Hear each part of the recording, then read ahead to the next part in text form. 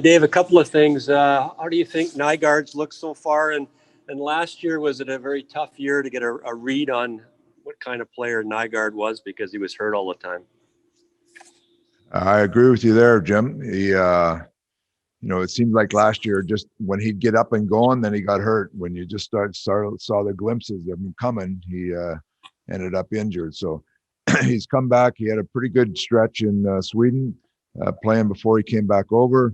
Played pretty well in camp. He's a hard worker. He makes things happen out there. His tenacity is a good part of his game. So he's been solid here. He's certainly pushing to get in the lineup, and we'll see where things play out here the next little bit. But he looks like he's getting more comfortable, and I expect him to continue to push forward. And what about Shore's play so far? You know what? I'm going to watch that scrimmage again with being on the bench with the other team. He's only skated for a few days, so he's getting up and going. So we'll continue to monitor him here for a few days and just see where it goes. Smart player, good veteran player, carries himself like a veteran, thinks like a veteran. So we'll see where it goes. Next question, Adam Cook, CTV. Hi, Dave. The fact that the Oilers are going to play like the second most amount of back-to-back games, do you foresee a potential issue with you perhaps not being able to play the so-called hot hand because you have to be cognizant of workload? Do you think that might change your approach?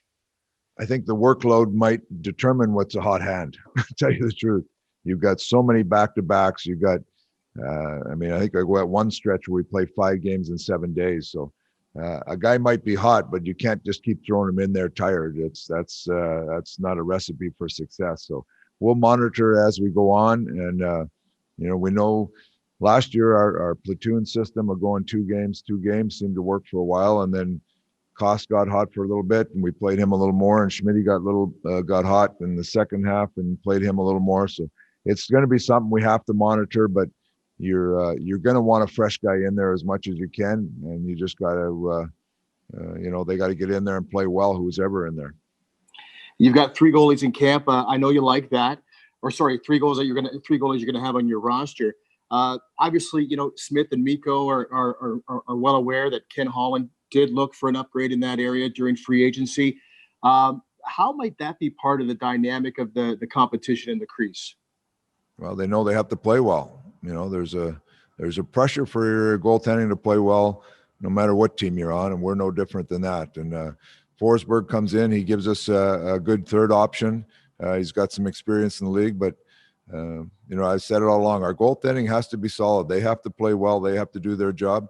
We have to play well in front of them, and that's part of just being a team and everybody trying to do the best they can in the situation. Whether you're playing 2-3 games in a row or whether you're playing back to back, we need them to play well. Next question, Jason Gregor, TSN 1260.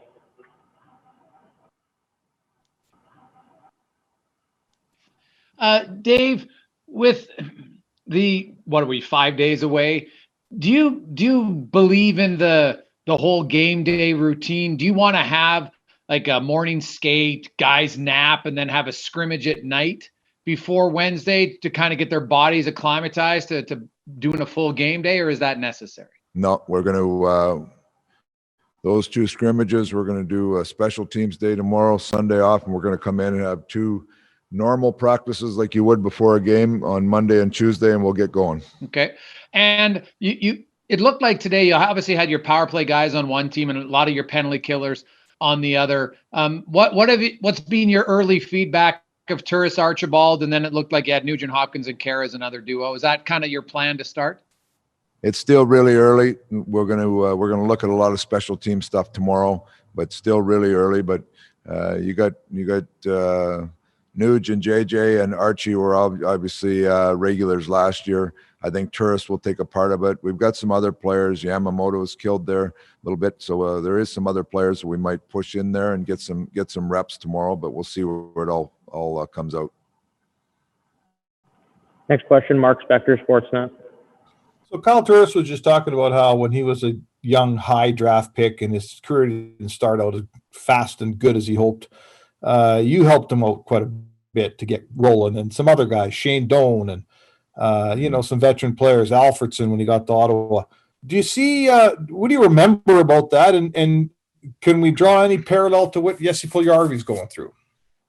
Probably a little bit there. He was a young player coming in, and it was a unique situation down in Arizona. The team was in bankruptcy, and there was, there was a pressure to start trying to win rather than just play kids all the time. And he was a young player, a high draft pick, big expectations. And my first year there, it was the mindset we were going to go with some more experienced guys, veteran guys, and see if we can, in that sense, muck around and find a way to get a playoff team together. So that's what we did. So the young players kind of took a step back. So it was up and down a little bit, but a tough situation for them. But it's amazing. You see young players like that when they get a taste of the NHL, they like it. They want to get better so quick, but maturity takes some time. And, Jesse's a guy of that, you can look at that. Or Kyle, I look at him now, the maturity he brings and the leadership he brings to a team. It's amazing. Like he's fit in great with our group here already. Kind of taking Jesse under his wing a little bit. It's just, it's great to see. And, when they're young players, everybody wants to do well. It's hard to be patient when you're a young player. And once you're a veteran player, you've been through the paces, you understand what, how to go about things. And it's great that Kyle has used those lessons he's learned, and he uses it in a real strong leadership way now. And he's played well in camp. So hopefully you continue that, and he'll be a real good player for us. Thanks, Dave. Last question, Jim Matheson, Post. Dave, a couple of things. Neil and Haas, are we going to see them before next week? Neil's around the team now. He's kind of getting going skating again, but he was off the ice for quite a while.